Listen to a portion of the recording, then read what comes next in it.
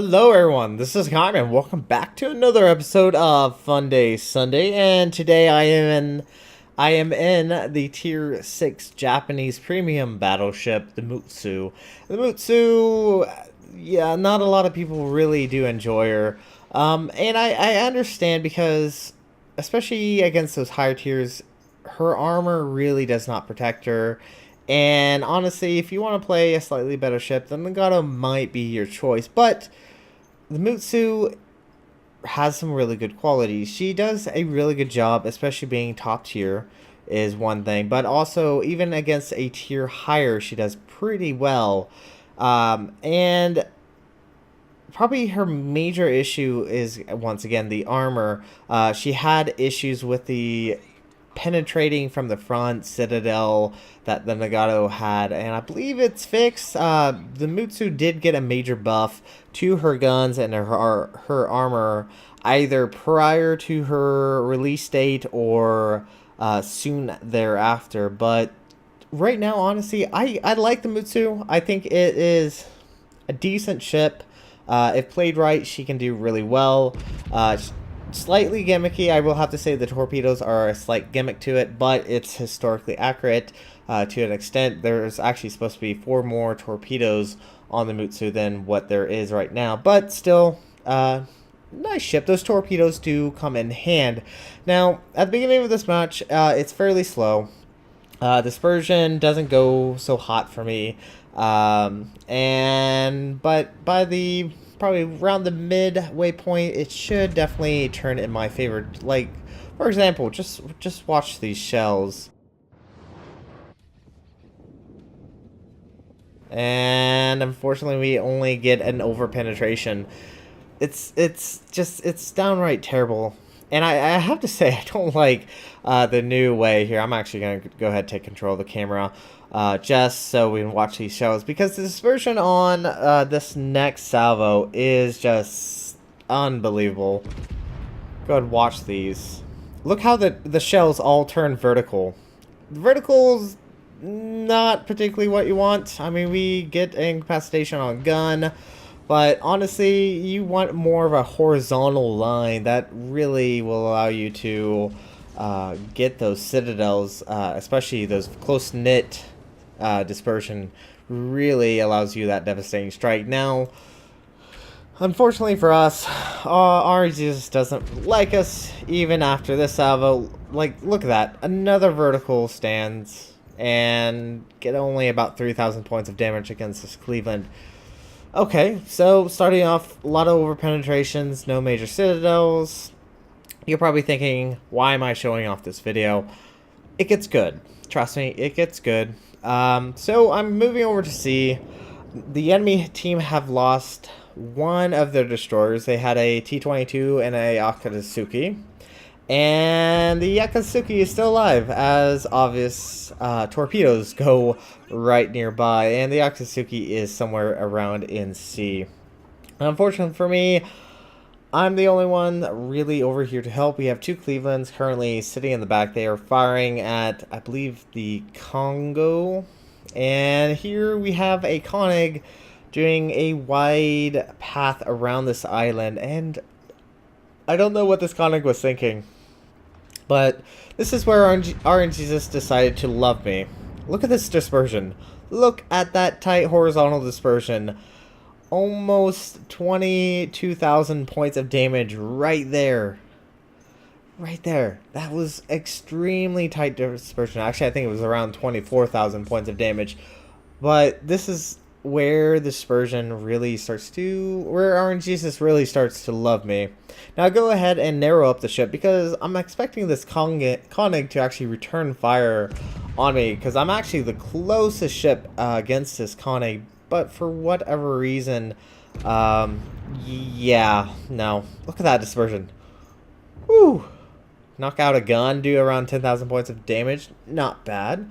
So here, I actually take a very risky choice. I'm hoping that this Koenig will not be paying attention and not return fire, because he has to obviously get his guns turned, which will allow me to actually get turned. And he does open fire. His 5th gun is incapacitated, and ricochets, and we're fine. No damage. Very nice. So this Koenig, I don't foresee really being able to help his team. And once again, those torpedoes were kind of a hope that he would turn in, but for whatever reason, he continues on his path, probably doing the basic battleship, driving in a straight line. If we had a destroyer over here, this captain would be dead. Like, he would be dead very quickly. Unfortunately, my torpedoes fall short, but this Koenig is going to go down. And unfortunately not to me, but oh well, took him out. The Kirov did assist, obviously, with the fire. We're sitting at 54,000 points of damage. Not too bad. Now, we are still detected. That's no surprise there. The Mutsu has a huge detection ring after firing, and we have just lost our Kirov to the enemy Akatsuki. Obviously, there's a big smoke cloud sitting there in the just southern portion of sea, which must mean that the Akatsuki is still alive and well, and the Akatsuki has a fairly low detection. Now, this battle, we are not top tiers. There is actually the enemy Colorado. The Colorado is a great close quarter brawler, albeit not so much when you compare it to the German battleships, but right there was slight issue is I do get one of my back guns to be incapacitated, and there's the enemy Akatsuki that has finally decided to pop back up, and he's out for blood. He's thinking big, slow, dumb battleship, easy target. Open up a salvo, not bad, not extremely extravagant. Only did one over penetration, and now you can see I've become the focus of the entire enemy team. I go ahead and pop my plane. Now, this plane isn't so much as, obviously, to spot the destroyer, but it's more to spot any potential torpedoes. Give me a little bit of warning. I am trying to maintain and control my speed, slowing down, turning, trying to throw off his torpedoes as much as possible. Big hit there. Fired off another salvo of torpedoes. And the Akatsuki has fired torpedoes. Can we dodge this? Ooh, this is close, but we're good. And now the Akatsuki is essentially at the mercy of my secondary. So we earned our very first kill of the game with Close Quarter Expert. And yeah, I think it's a good time to actually get turned away, because once again, I've become the focus of the enemy team. The enemy team has been essentially pushed all the way towards the southern section of sea by our team. Our team is doing a really fantastic job. And I think that was HE from the New Mexico. I'm pretty certain. Because that was a lot of HE. And unfortunately, he does go down. Switch my attention to the Pensacola. This angle is not particularly the greatest in the world, but let's see. Now, I'm not a big fan of this angle with the airplane. And right there, I think the Texas just hit us. Did a big chunk of damage against us. And look at that. Citadel, one lonely shell decided to go up into the Pensacola's Citadel. And kind of says Citadel. How many times can I say Citadel right there? But anyways, that's taken care of. No longer have that plane flying. Once again, I'm not a big fan of that plane. Go ahead and switch my attention over to the Kirov. The Pensacola is decently well anchored. There, you could and easily overpin Pensacola's bow armor. And yeah, Citadel, Pensacola is down. Second kill of the game, and we're sitting at 100,000 points of damage. Not too bad down. We do know that the Texas is currently pushing around the island, and I need to probably actually pay attention to this Texas, because he's going to be probably the more major threat against me. Go ahead, kind of bring in the rear of my ship. Dispersion looks pretty nice. Fortunately, no citadels, and he gets a citadel, or does a decent sized chunk of damage. So I'll go ahead and turn in, and this is where the game is going to get exciting.